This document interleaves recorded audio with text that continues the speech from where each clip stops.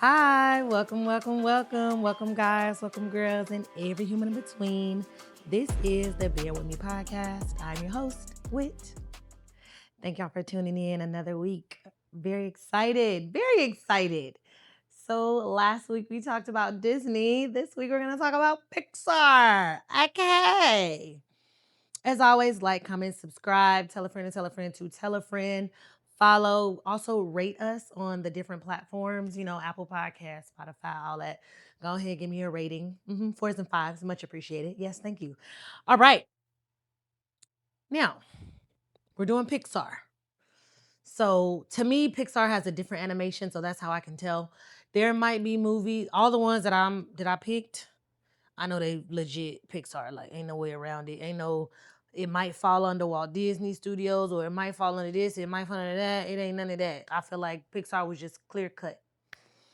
Yeah, let's do it. My number one off the rip, hands down, you can't tell me anything Inside Out. Like, Inside Out, Bing Bong. When that man sacrificed himself, ooh, I cried. I will, excuse me. I will never forget when I went to go see that movie. I think it was August 12th or August 25th. Can't remember. It was one of those dates. 2015 or 16. Okay. I don't remember. I actually, for a long time, I kept the movie stub. And I just remember being in there and just, oh, it's such a good movie. When you don't understand your kids, that's gonna tell you it's. And then when they came out with two, I remember when I went to see Inside Out 2 for my birthday when I turned 35. No, I just turned 36 and I was at SM Fest. So it was when I turned 35. It was my 35th. Yeah. What was it? 34, 35. Well, I don't know. Don't know no more. I mean, at this point, I'm just getting older. Anyway, when we introduced embarrassment, ennui, and anxiety, mm, mm, mm, mm, mm, the writers know what they're doing. The writers know what they're doing. That's all I got to say about that. Inside Out, Chef's Kiss. That's my number one. Now, I know in the last one I couldn't rank. Oh, I got a number one for Pixar. Got one. The rest of these might almost be in order. Might almost. I think. Elemental. Mm. For whatever reason, Elemental gave astrology signs to me a little bit. It also had tones of just like us versus them, or we don't mix with them. Little segregation a little bit, but in a very, I won't say palatable, but in a neutral way of talking about it. And then just like the opposites attract of the water and the fire. Ooh. Because the reason why I say it gave astrology is because like the water guy and all of his family, they were a lot more emotional. And water signs tend to be more nurturing and more emotional and more sensitive. And at the end of the day, it was a great movie. If you have not seen Elemental, go ahead and see it. It's a good movie. It's a good movie. Then we got Ratatouille. Ratatouille low key could be number two because I've seen Elemental like twice, maybe three times. And I've seen Ratatouille a lot more. Some about Little Chef. With that's what he called that's what he called Ratatouille. I won't say the rat, but that's what he called him, Little Chef. And just like, I don't know, it was just a feel good movie. Now, when I think about it, according to my rubric, Inside Out got that rewatchability. Quotable.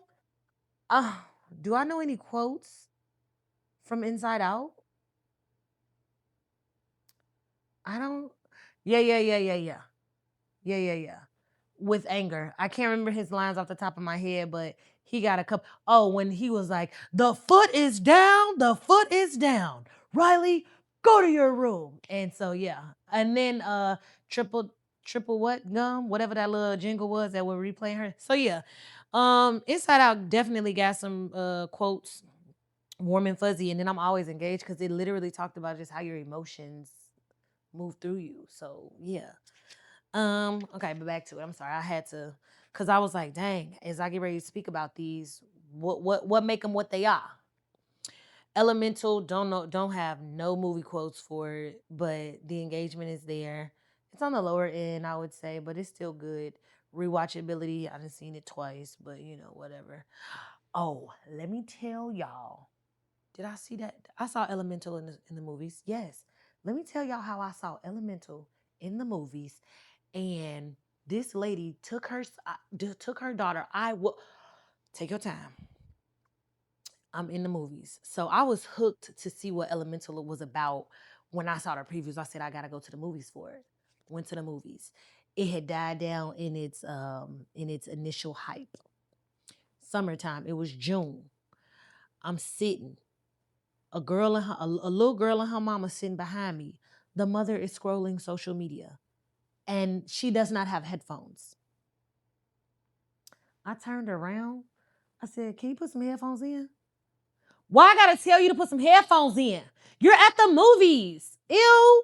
Connect with your daughter, laugh and see, engage. Like, I mean, not saying chop it up with her, but like, do something. Watch the movie. At the end of the day, oh, she had me hot. So because I'm in front of her, now I'm nervous. Like, with your back is to her, you don't really know what's going on.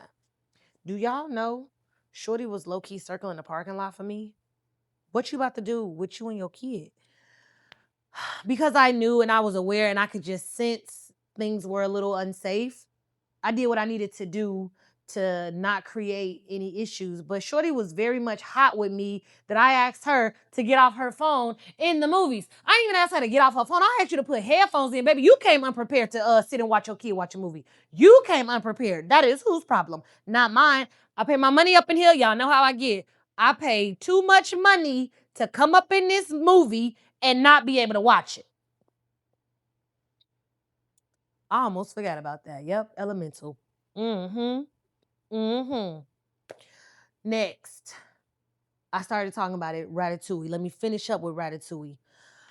I think there's some quotes about from Ratatouille. I think so. Couldn't tell you what they are right now. Warm and fuzzy.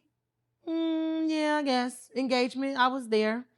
Rewatchability. Yup.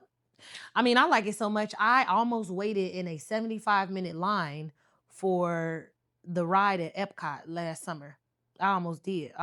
But then they had a single rider line, and I got up in that, and I enjoyed myself. I really enjoyed that ride. I remember leading up to go to Disney and learning about that ride and how it was so sensory, and it was like the movie, and it was this and that, and I was just like, oh my God, I'm so excited. Yes. Ratatouille's a good time. I might do Ratatouille number 2, Elemental number 3. But now this one needs to go up. This one needs to go up. Incredibles. The Incredibles. Yes. Yes. Yeah. Incredibles finna go to number 2. Ratatouille number 3, Elemental number 4. But then what my number 5 is, because I only got 5, y'all.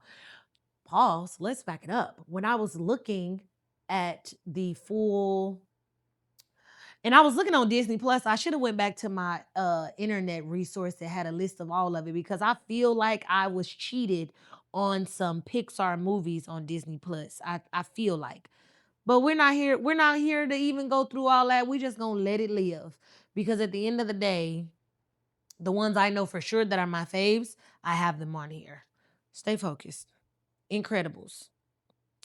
I can't really tell you what it is about the Incredibles. 1 and 2. 1 and 2. I like them both.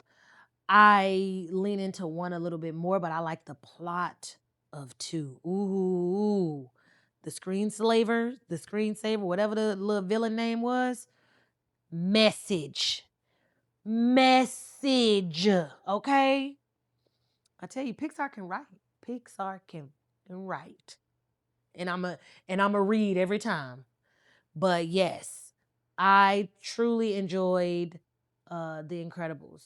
And then when Jack got his powers, and when he was with on Edna Mode, you gotta love Edna. You gotta love Edna. You got to. Plenty quotes. Honey, where's my super suit? And then there, of course, some more and some more. But that one is iconic. Then we go to number 5. Now, unfortunately, number 5 is a tie. And I say that because they both have a bit of a ranking. Like one edges itself out because I've known it longer. The other one, I like how they made a very, not a very, but an abstract concept very tangible. So and then there's a lot of record breaking for one of the movies. Anyway, okay, sorry. Let's just get it out. They want to know it. Soul and Finding Nemo. Yeah. So I'm torn between Soul and Nemo. Like I said, they both have different values to me. Finding Nemo, I've just had to sit with longer. And there are a lot of memories of Finding Nemo are associated with my grandmother. And yeah, I don't know. I don't know. But I really like Finding Nemo.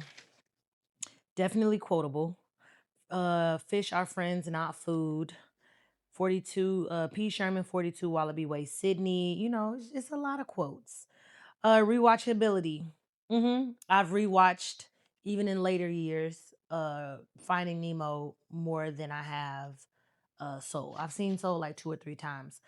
What I enjoyed about Soul was the abstract concept of your soul and how it comes to your body and just like all that. Once they switched bodies, to me there was a bit of a disconnect of it. But when they did the montage of just kind of like what you value in life and all of that, I thought that that was a really nice piece. I also liked that it had Pixar's first black character lead, and so it has weight for that. It also was an Oscar award winner.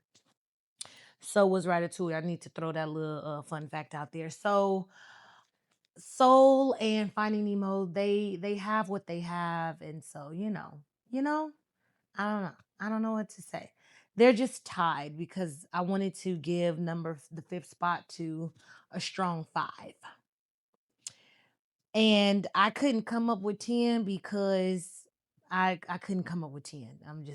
But I did have some honorable mentions because I was like, I don't want to do a top 7 or a top 8. Like that doesn't sound fun. That's not what we typically do when we start talking about the tops. We say your top 10 or your top 5.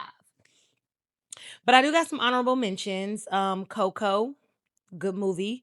And I really enjoyed the plot twist to Coco. Mm, mm. You thought that he was the dead? Oh, okay. Yeah. And Onward. Now, I saw Onward one time, but that message, powerful, powerful, good, good, good, good. And then also Toy Story. I wanted to put Toy Story in my list of 5 because one, it was like the first Pixar and it just made such a wave in the animation community, and just like, and I even think it was an Oscar award winner. And so it just had a lot. And then just like toys being alive and they having personality, and who didn't think that maybe they toys was alive, like I only imagine what the objects in my home speak about once I go to sleep or once I leave, because I know they cutting up. Um Very much looking forward to Toy Story 5. Now, for to have 5 what you call it, 5 installations, if you will. I don't want to say sequels because whatever. To have 5 movies under this franchise, powerful. And what I will say is they haven't truly gone downhill.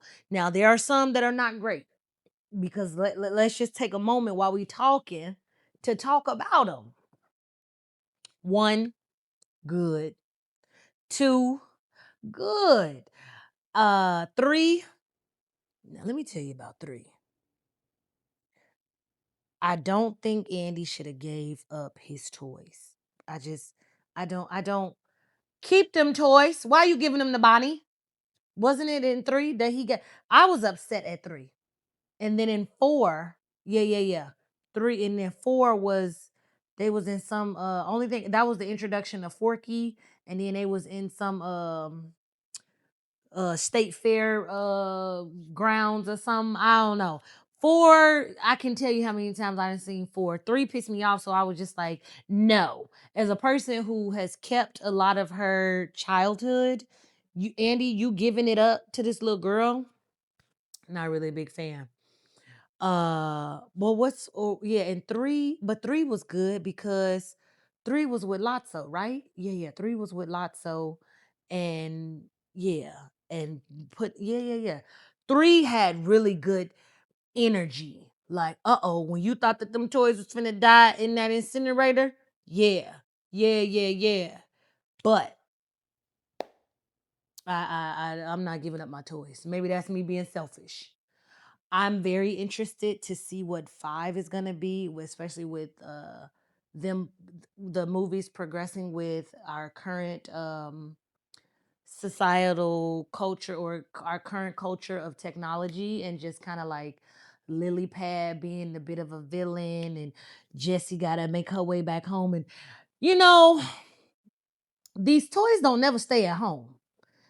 I wasn't really one to bring my toys out, so I just really wonder why these kids keep taking these toys everywhere. Keep up with your toys. Anyway, I am very much looking forward to uh Toy Story 5. And yeah. Y'all meet me in the comments if you made it this far. Thank you so much. I'm very, very happy, very, very happy. And if you made it this far, what can we put in the comment section? I don't know. Is there a toy emoji? If you made it to this far, tell me you made it to this far. I'm at the end. But you could also let me know what some of your favorite Pixar's movies are. If you want to disagree with me about mine, we can definitely have a little comment tussle. But for sure, let me know. I really enjoyed last week's episode and this week's episode, and I'm looking forward to the future. I'm loving where we are in the podcast. Like, we started off super heavy, and now we just, we get into that smooth groove. And I really, like I said, I know you're not gonna get emotional. Like, relax. I really am enjoying where I am with my podcast, and just like how a lot of things are shaping for me right now. So I'm very, very much grateful. Um yeah, thank y'all. Tell a friend and tell a friend. Bear With Me podcast, available wherever you listen. As always, wishing you love, light, and laughter. Until next time.